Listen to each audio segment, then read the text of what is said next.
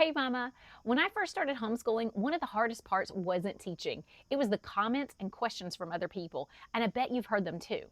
Things like, why aren't you in school today? Are you learning about American history yet? What about high school? Will you be able to teach her when she's older? It felt like my daughter and I were being put on the spot with these little pop quizzes, and honestly, it made us both very uncomfortable. If you've been there, you know exactly what I'm talking about. I'm Erin. I'm a former public school teacher turned homeschool mama.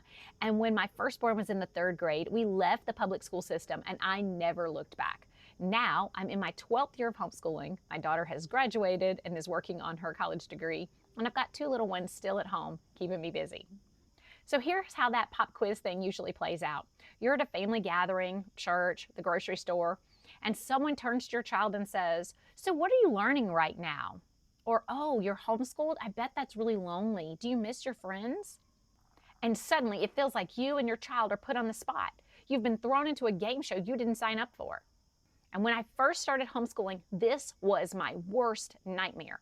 I felt like I was being put on trial and that it could happen at any point in time. I was scared to go out in public during the daytime because I knew that people would know we were homeschooling and start asking those invasive questions. All those questions and comments, whether they were directed at me or at my child, and even when they were directed at her, I felt like they were putting me on trial and critiquing me. Maybe you've been there. Maybe you can relate to that.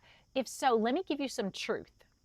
Your child is not required to prove anything to anyone, especially not a stranger. And you're not either, for that matter.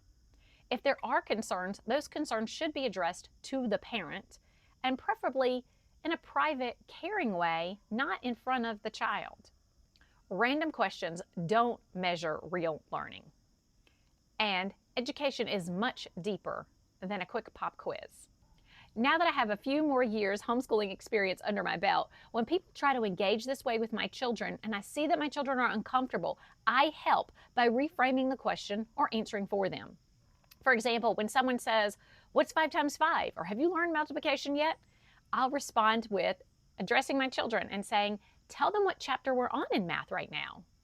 Or I'll say, "We're working on a chapter about money right now." And because I do want my children to be able to communicate well and to speak up for themselves, sometimes we practice responses to these hard questions. I'll say things to them like, "What could you say when someone asks you if you miss having friends to play with?"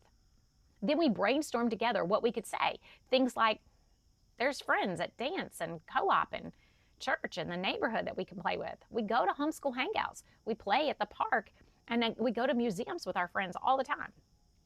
Or if someone's being especially snarky, they could say something like, "I'm so glad I don't have to sit in a classroom all day with other kids I'm not allowed to talk to until recess."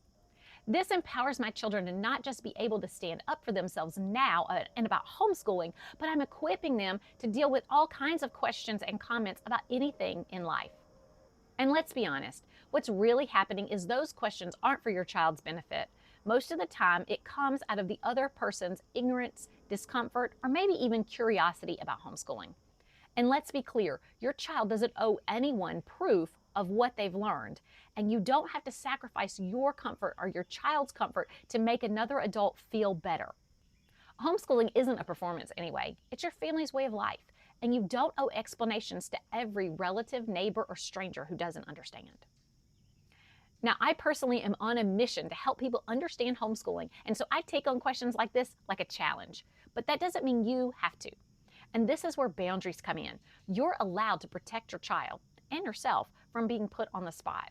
If someone pressures you with questions, you don't have to get defensive and explain your whole philosophy. A simple, confident response is enough. Something like, "We're happy with our choice to homeschool, and this is not up for discussion. Let's just enjoy the rest of the day."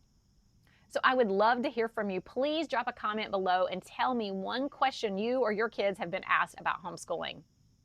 And if you're new to homeschool and you would like a place to connect with other homeschool moms who understand, please join my Facebook group. It's a supportive place where we share encouragement, ideas, and there's a whole lot of grace for the journey. You'll find the link in the description below. Thanks for watching, and happy homeschooling.